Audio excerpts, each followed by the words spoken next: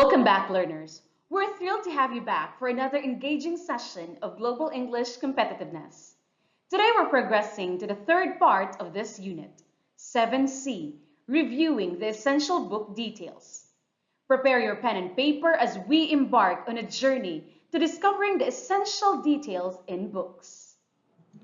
To recap, we have 4 can-do objectives in this unit.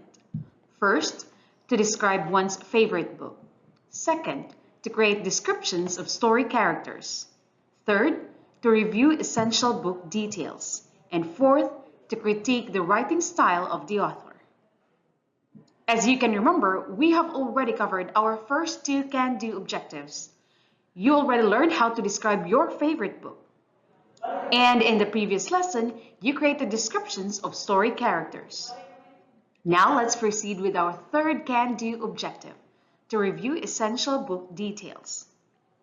Without further ado, let's move over to our third lesson, 7C, reviewing the essential book details. And here are the sub-lessons that will help us achieve our objective: vocabulary, grammar, and listening. Before we delve into the different activities, let's first review the essential book details. The book cover is any protective covering used to bind together the pages of a book. The title page is a page at the beginning of a book giving its title, the names of the author and publisher, and other publication information. Copyright is a legal right which protects the copyright owner and/or the creator of a work. The table of contents is a list of the chapters or sections given in the beginning of the book. The dedication page is a page intended to acknowledge the person or people who inspired the author, or to thank someone who supported the author or authors during the writing process. The foreword is written by someone other than the author and tells the readers why they should read the book. The prologue is used to give readers extra information that advances the plot. An epigraph is a short quotation, saying, or poem that is used in novels. And a book introduction is closely related to the content of the book itself. It is usually found in non-fiction work. The introduction may summarize the main argument presented in the rest of the book, define any important terms, or fill in background details. Now let's look into the different sections of a book. We have the inciting incident.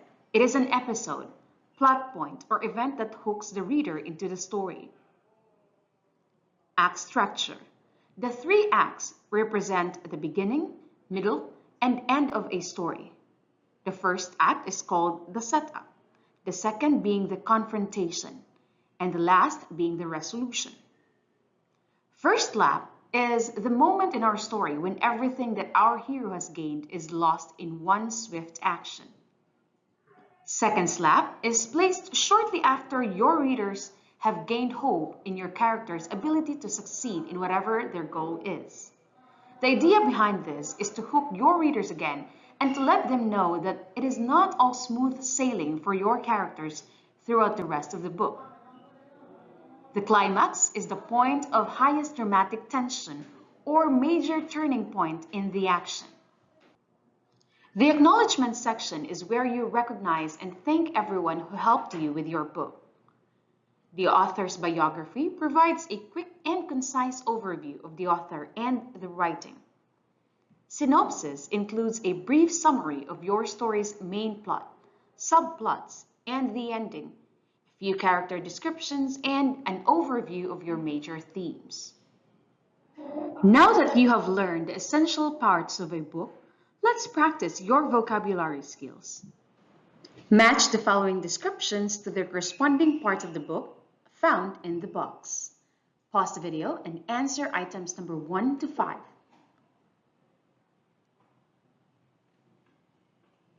Continue answering items number 6 to 10.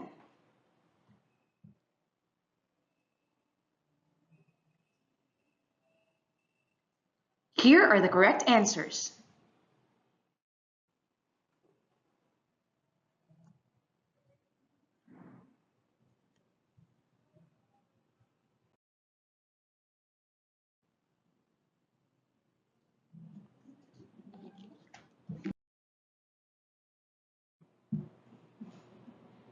Now let's proceed to our next sub-lesson, grammar. Let's talk about relative clause. It is a clause that generally modifies a noun or a noun phrase and is often introduced by a relative pronoun. Relative clauses begin with which, that, who, whom, and whose. Take a look at this example. Mrs. Chavez, who is the school librarian, recently received an award from the Department of Education for being an outstanding library personnel. Take note that the relative clause used in this sentence is who is the school librarian, and it pertains to Mrs. Chavez. The relative clause is introduced with the relative pronoun who, referring to the person, Mrs. Chavez. Here's another example.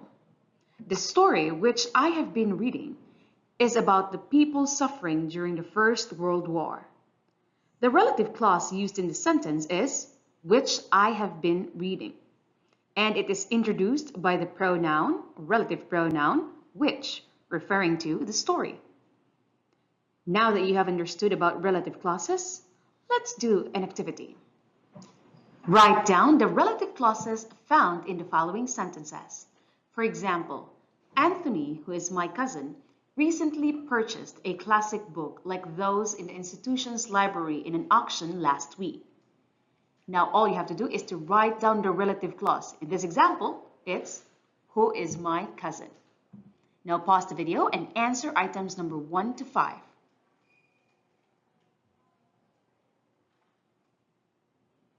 Here are the rest of the items.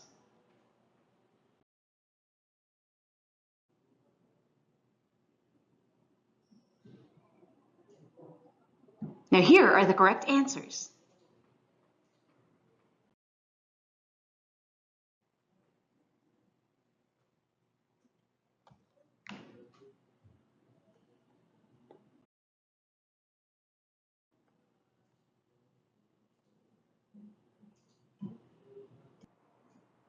Let's proceed to the listening skills. For this activity, you are to listen as the text about the details of a book's essential parts is read. The book's cover, the outer part that secures the pages within, is an essential element. The book ridge, which is the part that runs along the back and displays the title and author's name, is also crucial as it helps readers to find the book they are looking for. The title page, which shows the caption, author's name, and publisher's name of a book, is another essential element. Meanwhile, the copyright page, which encompasses copyright and publication information, provides necessary legal information. A table of contents, which is a list of the parts or chapters in a book and their page numbers, is also provided in most books. Lastly, the register, which is a list of important subjects and their page numbers in a book, serves as a useful reference. Now answer the following questions by writing the letter which corresponds to their best answer. Pause the video and start answering now. Here are the correct answers.